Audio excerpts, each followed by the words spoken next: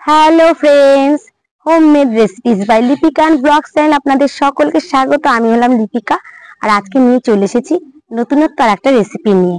এখনো তো ঠান্ডা অনেক রয়েছে, সেই কারণে ভাবলাম আর একটা কিছু নতুনত্ব পিঠের রেসিপি নিয়ে আপনাদের কাছে চলে আসি। আজকে আমি আপনাদেরকে কদম পিঠে রেসিপিটা করে দেখাবো। কদম পিঠেটা দেখতে যেমন সুন্দর হয়, খেতেও কিন্তু ভীষণ ভালো হয়। তাহলে চলুন আগে আমি কি কি দিয়ে করছি সেগুলো আপনাদেরকে সব দেখিয়ে নেবো। আপনারা কিন্তু ভিডিওটা দেখতে থাকবেন।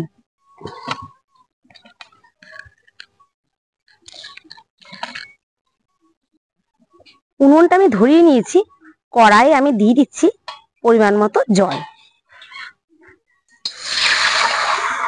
আমি এক মগের থেকে একটু কম জল দিলাম।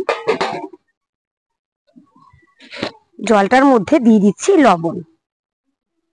পিঠেটা বানানোর জন্য না আগে চালের গুঁড়িটাকে ভালো করে পাকিয়ে নিতে হবে। তো লবণ ভালো করে না দিলে খেতে ভালো লাগবে না। আপনারা বুঝে শুনে কে কতটা করবেন সেই বুঝে লবণটা দেবেন। ভালো করে জলটাকে আগে ফুটতে দেব। দেখুন আমি এখানে দু রকমের চালের গুঁড়ি নিয়েছি। এটা হলো আতপ চালের গুঁড়ি আর এটা হলো সিদ্ধ চালের গুঁড়ি। আতপ চাল আর সিদ্ধ চাল মিক্সড করে নিলে না পিঠেটা একটু নরম হয়, সেই কারণে আমি দুটো চাল মিক্সড করে এখানে এক বাটি করে নেব।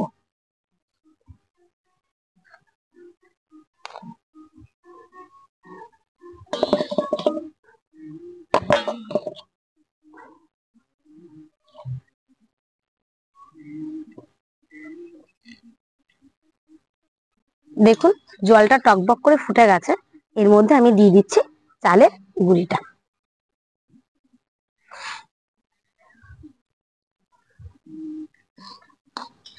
এটাকে ভালো করে নাড়িয়ে নাড়িয়ে আমি আঠা আঠা হয়ে যাবে যখন, তখন নামিয়ে নেব।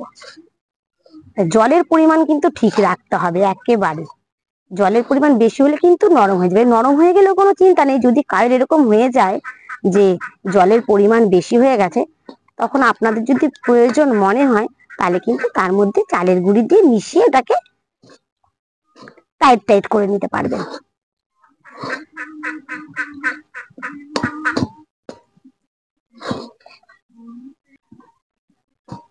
দেখুন আমার এটা কিন্তু আঠা আঠা চলে এসছে, আমি এটা নামিয়ে নিচ্ছি। এটাকে ভালো করে আমি আটার মতো মেখে নেব।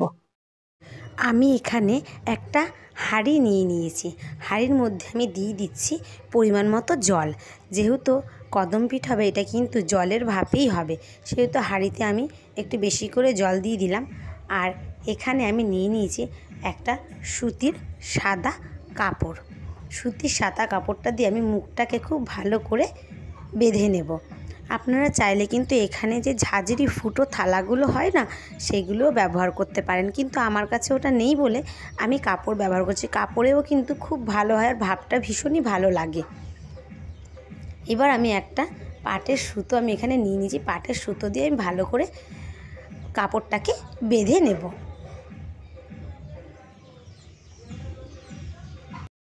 কাপড়টা আমার বাঁধা হয়ে গেছে, হাঁড়িটা আমি এবার উনুনের ওপর বসিয়ে দিচ্ছি।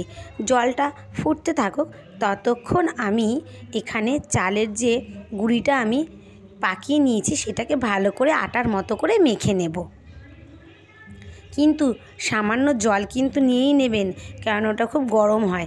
গরম গরমই ওটাকে মাখলে খুব ভালো হয়। সেহেতু আমি একটু জল নিয়ে নিয়েছি যাতে হাতে ছ্যাঁকা না লাগে আমার।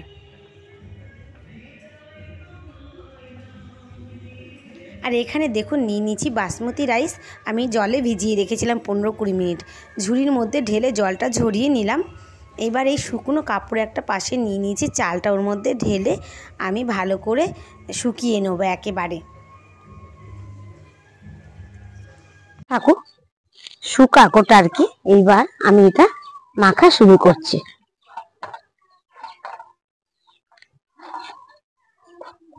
এটাকে খুব ভালো করে ঠেসে ঠেসে একেবারে আটার মতো একেবারে মেখে নিতে হবে। দেখুন আমার চালের গুঁড়িটা কিন্তু খুব সুন্দর করে মাখা হয়ে গেছে, আর এখানে রাইসের জলটাও ঝরে গেছে। আর এই নারকেলের পুরটা আমি আগে থেকেই রেডি করে নিয়েছি। এইবার আমি এখান থেকে রুটির মতো করে এই চালের গুঁড়োটা থেকে লেচি কেটে নেব। যে যেরকম সাইজের করতে চান সেরকমভাবে লেচি কেটে নেবেন। আমি আমার মতো করে কেটে নিয়েছি। বাদ বাকি যে চালের গুঁড়োটা মাখা রয়েছে সেটা আমি একটা সুতির ভেজা কাপড় দিয়ে ঢেকে রাখলাম। বাইরে এত হাওয়া দিচ্ছে যে হাওয়াতে কিন্তু চালের গুঁড়ি কিন্তু শক্ত হয়ে যায়। এইবার আমি একটা লেচি নিয়ে গোল পাকিয়ে নিলাম। এবার সুন্দর করে পুর ভরার মতো করে নিয়েছি। এর মধ্যে নারকেল দিয়ে দিলাম।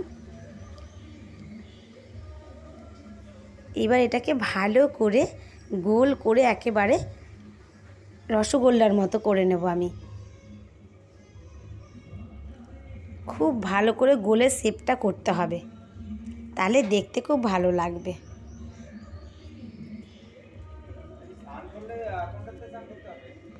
আমি থালার মধ্যে যে রাইসটা শুকিয়ে রেখেছিলাম সেই রাইসটার মধ্যে এই গোলটাকে ভালো করে দিয়ে চেপে চেপে ঘুরিয়ে ঘুরিয়ে নেব।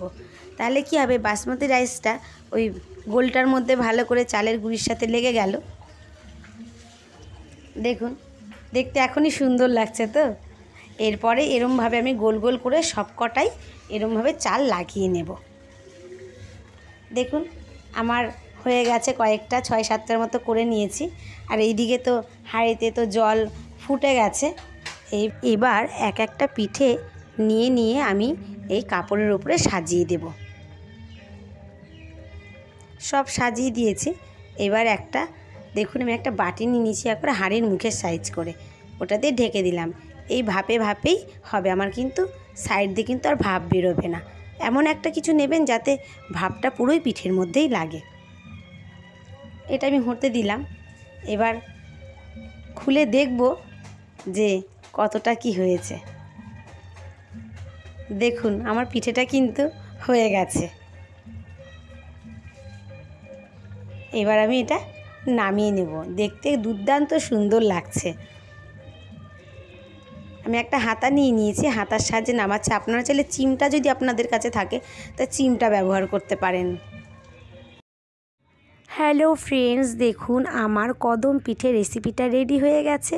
কতটা সুন্দর লাগছে দেখুন।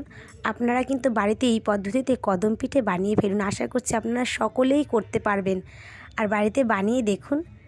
যদি ভালো লেগে থাকে তাহলে অবশ্যই আমাকে কমেন্ট করে জানাবেন কেমন হয়েছে। আর please please please like share অবশ্যই করবেন। আর আমার চ্যানেলটিকে কিন্তু সাবস্ক্রাইব করতে ভুলবেন না। আবার আপনাদের সাথে দেখা হবে আগামীকাল নতুনত্ব কোনো একটা রেসিপির সাথে। টাটা, বাই বাই বন্ধুরা।